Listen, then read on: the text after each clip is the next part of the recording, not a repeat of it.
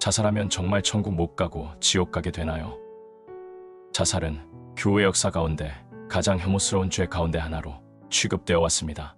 하나님으로부터 받은 생명을 피조물이 자신의 의지에 따라 스스로 끊는 것은 있을 수 없는 일로 생각했기 때문입니다. 기독교 신앙과 문화가 지배해왔던 서구 사회에서도 자살에 대해서 엄격한 분위기가 근세에까지 주도하였습니다.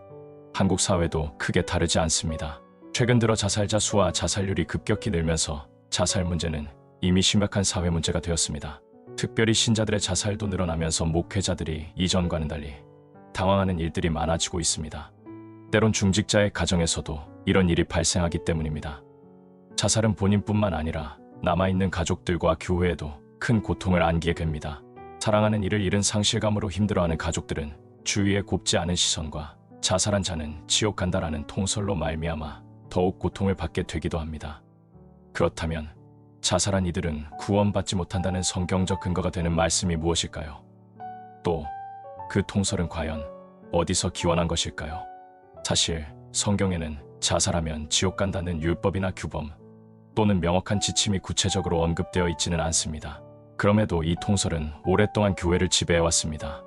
구원론은 기독교 신학의 중심에 속한 것임에도 신학적 검증이 되지 않은 통설이 이렇게나 큰 영향력을 행사해왔다는 것은 이상한 일입니다. 그렇다면 이제 우리는 정말 하나님의 말씀인 성경 안에서 자살이 어떤 문제를 가지고 있는지 면밀히 살펴볼 필요가 있을 것입니다. 성경에 언급된 자살은 어떤 것도 우호적인 표현으로 묘사된 것은 없습니다. 놀랍게도 성경의 자살을 다룬 본문은 자살 행위 자체, 즉 죽음 방식에 대해서는 침묵하고 있으며 어떠한 명시적 가치 판단을 내리고 있지는 않습니다. 예를 들어 사울왕의 경우 그의 죄로 인해 하나님께서 치신 결과로 죽음을 당한 것이라고 주석을 붙여놓긴 했지만 그것이 자살이라는 형식과 인과관계가 있다고는 말씀하지 않습니다. 오히려 사울의 죽음의 소식을 들은 다윗이 그의 죽음을 영예롭게 표현하며 애도하는 조사를 길게 기록하고 있습니다. 또 성경의 특이한 점은 자살을 구원과 관련시켜 취급하고 있지 않다는 것입니다. 심지어 가룟유다에 관련한 본문에서조차 비록 그가 제고소 같다고 했지만 그것이 그의 자살 행위와 어떤 인과 관계가 있다는 암시를 하고 있지 않다는 사실입니다.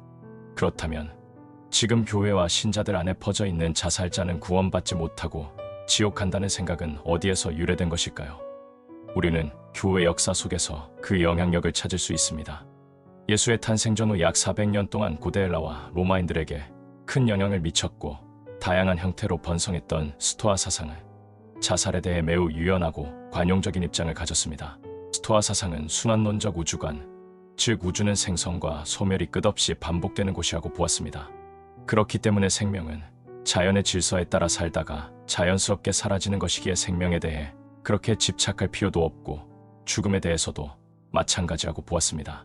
삶이 어느 순간 더 이상 살 수 없는 지점에 이를 경우 살기보다 죽음을 택하는 것이 이성적인 본성에 맞는 선택이 된다고 본 것입니다.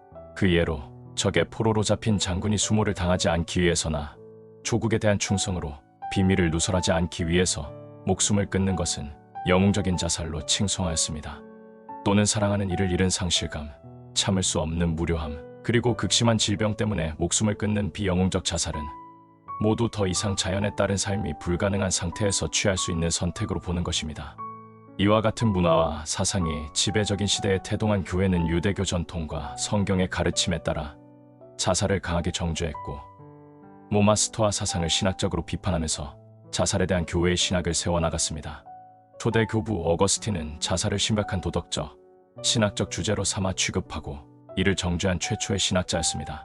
그의 자살에 대한 신학과 입장은 이후 교회의 신학적 입장에 가장 결정적인 영향을 미치게 되었습니다. 중세 교회는 자살에 대한 주요한 결정을 내려 교리법으로 만드는 과정을 거치는데 사제는 사형당해 죽은 자들에 대해서 미사를 드려도 되지만 자살하여 죽은 자들을 위해서 진원 미사를 드리거나 기도를 드리지 못하도록 결정했습니다.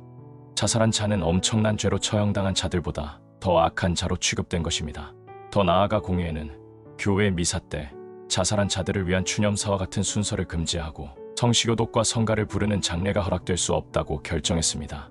866년에 니콜라스 1세는 불가리아에 파견된 선교사들의 질문에 응답하는 서신을 통해 자살자들에게 교회가 베푸는 장례의식과 교회 묘지에 장사되는 것도 결코 허락해서는 안 된다고 대답했습니다. 이런 결정과 문서들은 자살자에 대한 교회장을 허락하지 않는 관습을 더욱 곤고히 하고 일종의 교회 전통으로 자리 잡게 만들었고, 그 흐름은 거의 현대까지 지속되고 있는 것입니다. 이와 같이 자살이 구원받지 못하는 죄라는 통설은 중세교회와 로마 가톨릭 교회가 제정한 교회법과 교리에 크게 기원하고 있는 것으로 분석할 수 있습니다. 866년 교황 니콜라스 1세가 자살한 자의 장례를 금지하는 내용을 담은 서신을 보내는 가운데 자살은 사탄의 사주로 말미암은 것임을 명시했는데, 그것은 자살자의 영혼은 당연히 사탄이 취한다고 생각하게 되었던 것입니다. 중세 교회의 영향을 받은 데무노 단테의 문학작품 신곡이 자살자의 상태를 묘사한 것도 이런 인식을 심오하게 했습니다. 단테에 따르면 자살한 자들은 9개 층으로 구성된 지옥에서 마귀가 있는 9번째 층에 가장 가까운 7번째 층에서 비참한 형벌을 받고, 그들은 육신이 갈기갈기 찢겨진 상태로 영혼이 던져져 있는데, 이들은 자기들이 육체를 내던졌기 때문에 최후의 심판날을 맞아도 육체를 입을 수 없고 결국 그곳에 남아있어야 하는 운명인 채로 그곳에서 숲이 되어 통곡하며 지내게 된다고 했습니다. 이는 다른 생명을 해한 살인자들보다도 자살자를 사탄에 더 가까운 곳에 배치해 두므로 자살이 더 중한 죄라는 당대의 인식을 드러낸 셈입니다. 그리고 마침내 12세기 교회의 대신학자인 토마스 아퀴나스가 자살을 대죄, 즉 가장 큰 죄로 가르쳤던 것은 그런 인식의 쐐기를 박는 결정적인 역할을 했다고 할 수 있습니다. 이런 일련의 결정들과 교리들을 통해 자살하면 지옥 간다는 인식이 교회 안에 굳게 자리 잡고 내려오게 된 것입니다. 그런데 종교개혁 이후 개신교는 이와는 달리 교회법이나 교리문답을 통해 자살에 대한 공적 입장을 가르친 적은 거의 없습니다. 그러나 종교개혁자 마틴 루터는 이에 대해 그의 편지와 대화편에서 언급한 바 있는데, 자살자들은 자기 의지가 아니라 사탄의 힘에 사로잡혀 목숨을 끊은 것이라고 생각했고, 그래서 자살이 영원한 저주에 이르게 하는 죄라고 단정할 수 없다고 말했습니다. 칼빈은 어거스틴의 생각을 계승했기에 자살을 강하게 정죄했지만, 그럼에도 불구하고 그것을 구원과 연결시켜 정죄하지는 않았습니다. 웨슬레는 자살한 자들이 교회 앞에 더 큰 수치를 당하게 함으로 사람들에게 경종을 가해야 한다고 자살을 심하게 정죄했지만, 그도 역시 자살을 영원한 저주와 연관시켜 말하지는 않았습니다. 결과적으로 개신교회는 자살과 구원의 관계에 대해 공적 결정이나 구체적인 교리를 제정하지는 않았지만, 개신교회 안에서도 가톨릭 교회의 통설을 받아들이는 입장을 취하는 시기였다고 평할 수 있습니다. 오늘날까지 교회 안에서 자살은 곧 지옥이라는 통설은 이렇게 로마 교회의 자살이와 밀접한 연관하에 생기게 된 것입니다. 그렇다면 이제 성경 안에서 자살과 구원의 관계성에 대해 살펴보겠습니다. 구약 성경은 고의적이고 악의적인 살인을 하는 것은 하나님의 형상을 해하는 것이기에 사형에 처하도록 엄중히 명하고 있습니다. 다른 사람의 피를 흘리면 그 사람의 피도 흘릴 것이니 이는 하나님이 자기 형상대로 사람을 지으셨음이니라. 하지만 그렇다고 해서 실제로 모든 살인자를 다 사형에 처하도록 한 것은 아니었습니다. 모세는 직접적으로 사람을 쳐 죽였고, 다윗도 살인을 교사해서 간접적으로 살인했던 인물입니다. 물론 그들은 그 행위로 상당한 값을 치렀지만 결국 용서를 받았습니다. 그런데 유독 자기살인이라 불리는 자살은 결단코 용서받지 못할 죄라고 생각하는 이유는 무엇일까요? 그것은 자살은 다른 살인행위와 달리 회개할 기회를 얻지 못한 채 죽게 된다는 생각이 가장 주요한 이유가 될 것입니다. 역사적으로 이런 생각의 주요한 단초를 제공한 가장 오래된 신학자는 어거스틴이라고 할 수 있습니다. 어거스틴은 신의 도성에서 가룟주다가 예수를 배반한 죄를 속죄하기 위해 그의 목숨을 끊지만, 그것은 오히려 자신의 죄를 가중시켰을 뿐이었다고 주장하면서 그 이유로 든 것이 그가 하나님의 긍휼의 기회를 기다리지 않고 자기 파괴적 가책이 발동하여 스스로 자신의 생명을 끊음으로 구원에 이르려 하는 회개의 기회를 남기지 않았기 때문이라고 주장했습니다. 결국 이런 인식은 중세교회뿐만 아니라 현대교회의 신자들, 그것도 개신교 신자들에게도 사제를 통한 회개라는 구절만 없어질 뿐 회개하지 못하고 죽는 자는 구원받지 못한다는 인식으로 자리 잡게 된 것입니다. 그렇다면 우리는 이런 질문을 해보아야 합니다. 회개하지 못한 죄이기에 용서받지 못한다는 생각은 신학적으로 타당한가? 라는 질문입니다. 구원은 예수 그리스도의 대속적 죽음을 믿음으로 받아들이는 자들에게 값없이 주어지는 은혜의 선물입니다. 아무리 중대한 죄를 짓고 자신이 지은 모든 죄에 대해 회개에 이르지 못했다 하더라도 그가 하나님이 택하신 그리스도 안에 있는 자라면 그는 받은 바 그 아들됨의 자리를 결코 빼앗기지 않는다는 것이 성경의 구원의 진리입니다. 그런데 만약 지은 모든 죄에 대해 회개해야만 용서받고 구원을 얻게 된다고 한다면 이것은 행위구원과 공로사상으로 미끄러지게 되는 것입니다. 사람은 누구라도 자기가 지은 모든 죄를 낱낱이 기억하고 회개한다는 것은 불가능한 일입니다. 우리 중 누가 자신의 모든 죄를 다 기억하고 죽기 전에 진심으로 회개할 수 있다고 주장할 수 있겠습니까? 구원은 특정한 죄의 회개 여부에 달려있는 것이 아니라 전적으로 하나님의 은혜에 달려있는 것입니다. 언약 백성에 대한 하나님의 은혜는 우리의 특정한 선행을 해야 하는 것에 의존하지 않는 것처럼 우리의 특정한 회개에 의존하는 것도 아닌 것입니다. 개중의 자살이 성령 모독죄 혹은 성령 회방죄로 연결시키는 자들이 있습니다. 그러나 성경 속에서 언급된 성령 회방죄는 예수 그리스도가 하나님의 아들이요 구원자라는 진리를 성령의 내적인 증거를 통해 받았음에도 불구하고 의식적으로 그리고 의도적으로 예수가 하나님의 아들이심과 그의 대속의 죽음을 거부하고 그것으로부터 떠나가는 것을 의미한다고 말씀했습니다. 예를 들자면 예수님 당시의 바리새인들이 그랬다고 볼 수 있습니다.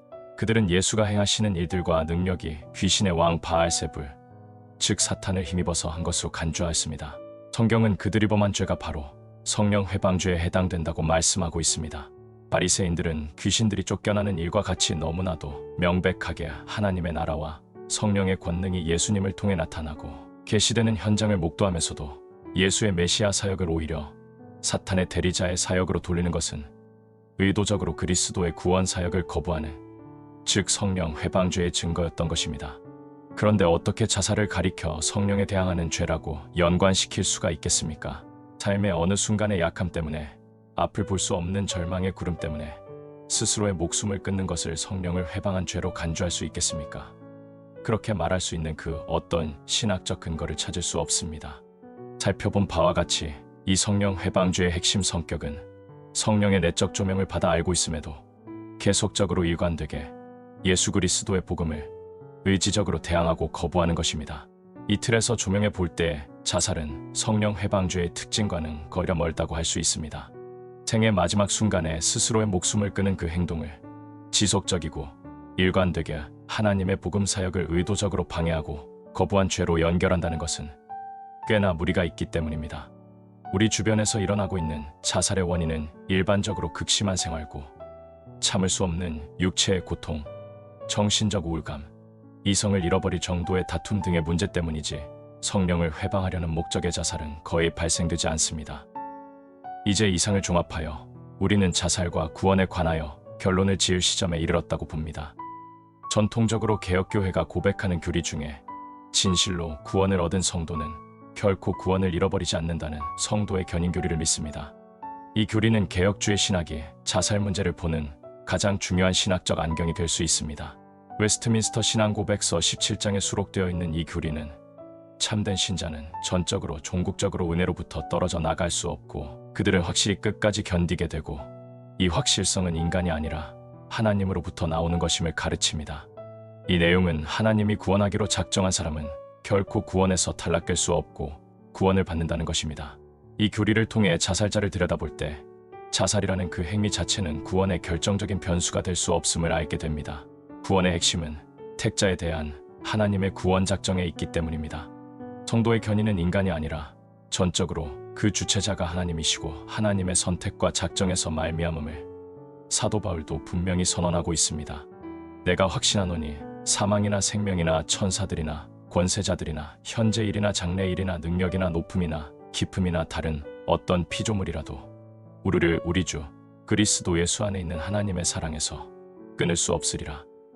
이 성도의 견인교리의 빛에서 바라본다면 자살로 죽음을 맞이한 자라 할지라도 사망이나 생명이나 위험이나 칼과 마찬가지로 결코 택한 자를 그리스도의 사랑에서 떨어지게 하는 효력이 없다는 것입니다. 인간이 비록 자유의지적으로 자살을 택한다 하더라도 하나님이 성도를 견인하는 것에 그 어떤 영향도 미칠 수 없습니다. 왜냐하면 자살이 하나님의 사랑에서 나오는 은혜로운 선택의 작정을 변경할 수도 없고 또 그리스도의 공로와 중보의 효력을 무효화시키는 힘이나 공력이 없기 때문입니다. 인간의 자유의지의 산물인 자살과 하나님의 자유의지의 산물인 구원은 인과관계가 있는 것이 아님을 이 견인교리가 우리에게 잘 설명해주고 있는 것입니다. 사람들 가운데 정말 하나님이 택한 구원받은 사람이라면 어떤 경우에도 자살할 수 없고 또 하나님이 그를 자살하지 못하도록 지켜줄 것이다라는 주장을 하기도 합니다. 그러나 이는 그저 일반적인 생각에 유추적 주장일 뿐 성경적인 근거는 부족합니다. 웨스트민스터 신앙교리에서는 이렇게 설명합니다. 성도들 중에는 사탄과 세상의 유혹과 그들 안에 남아있는 부패성의 세력과 자신들을 견인하게 하는 방편을 소홀히 하므로 죄에 빠지며 한동안 그 죄에 머물기도 한다. 성도가 되었다고 해도 그들이 언제나 의의 상태에 머물 수 있다는 보장은 없다. 신자들도 사탄의 유혹과 육신의 약함 때문에 때로는 심각한 죄들을 범하게 된다. 그것 때문에 하나님의 마음을 불편하게 하고 성령을 근심하게 하고 그것 때문에 일시적 심판을 받기도 한다.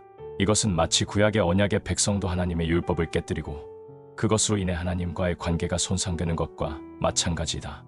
그러나 비록 언약 백성이 율법을 일시적으로 범한다고 하더라도 그것이 하나님과의 언약을 결코 무효화할 수는 없다. 왜냐하면 구원은 언약을 맺으시는 하나님의 사랑과 하나님의 신실함에 달려있지 결코 우리의 신실함에 달려있지 않기 때문이다. 그렇습니다. 선택된 자라 하더라도 극단적으로 약하게 될 때 극단적인 죄를 범하게 될 수도 있습니다. 스스로 생명을 끊었다는 것이 그가 선택받지 못했음을 드러내는 증거라고 말할 수 없습니다. 이것도 성도들이 육체의 약함과 부패함 때문에 또는 사탄의 유혹 때문에 범할 수 있는 여러 잘못들 중에 하나일 뿐입니다. 자살은 여타 다른 죄들과는 달리 결코 돌이킬 수 없는 치명적인 성격의 중대한 죄임에는 분명합니다. 하지만 경건한 자라도 여전히 존재하는 부패성으로 인해 자살과 같은 심각한 죄를 지을 수도 있는 것입니다. 그러나 성도의 견인교리를 통해 유추할 수 있는 것은 성도가 자살과 같은 엄청난 죄악을 범했다 해도 그것 때문에 구원에서 배제되는 것은 아니라는 것입니다. 하나님의 신실하심과 주권적 사랑은 여전히 그 사람에게 역사하고 있을 것이기 때문입니다. 예수님은 의로운 자들의 죄를 위해서만 죽은 것이 아니라 죄인들, 소외된 많은 사람들, 그리고 심지어 절망의 상태에서 자기 손으로 생을 접은 그 사람들의 죄를 위해서도 십자가를 지셨습니다. 이 놀라운 십자가의 사랑의 효력과 범위에서 제외될 사람은 아무도 없습니다. 기독교 역사를 통해 교회와 신학자들은 자살을 가장 심한 죄로 간주했고 경계해왔습니다. 이 점은 오늘날에도 변함없으며 또 그래야 합니다. 그렇지만 자살한 사람이 반드시 영원한 저주에 처하는 것이 아닙니다. 자살자는 자살하는 순간 죄를 회개하지도 못하고 죽지만 하나님은 개별 행동뿐만 아니라 한 인간과 그의 삶의 과정 전체로 그 사람을 판단하실 것입니다. 자살을 범하는 그 인생의 한순간이 그 사람의 운명을 최종적으로 그리고 총체적으로 결정짓는 것이 아닙니다. 인생이 비록 하나님을 벗어나려고 하는 순간조차도 벗어나려고 하는 행동이 그 사람에 대한 하나님의 주권적인 사랑을 막거나 무효화한다고 말할 수 없습니다. 요점은 자살이 구원 여부를 결정하는 결정적인 요소가 아니라는 것입니다. 따라서 단순히 자살하면 지옥 간다는 통설은 개혁신학적인 관점에서 보면 설득력이 없는 주장이라고 할 수 있습니다. 자살이라는 사건이 일어나면 그 유족들과 남은 사람들과 교회는 아주 오랫동안 고통을 받기 마련입니다. 이런 자들에게 더 상처를 주지 않기 위해서라도 교회는 통설을 바르게 잡고 그것이 근거가 없음을 교육해야 할 것입니다. 우리의 구원은 우리의 공로에 의해서도 아니며 우리의 죄의 크고 작음 때문도 아니며 전적으로 하나님의 은혜로운 선택의 작정에서 말미암는 것이라는 진리를 더욱 기억해야 할 것입니다. 특별히 자살 유족들에게는 정죄가 아닌 진심으로 위로와 소망을 심어주어야 합니다. 우리는 자살에 대해 결코 옹호할 수도 옹호해서도 안 됩니다. 자살이 죄인 것은 분명한 사실입니다. 그렇다고 해서 자살자는 지옥 간다는 시의 주장으로 성경의 구원론의 진리와 맞지 않는 주장을 할 수는 없습니다. 우리는 분명히 하나님이 주신 생명의 고귀함, 생명에 대한 하나님의 주권, 그리고 그 생명을 인생에 허락하신 날까지 소중히 여기며 살아가야 할 것입니다. 하나님께서 우리 모두에게 생명의 소중함을 일깨워 주시기를 소망합니다. 아멘.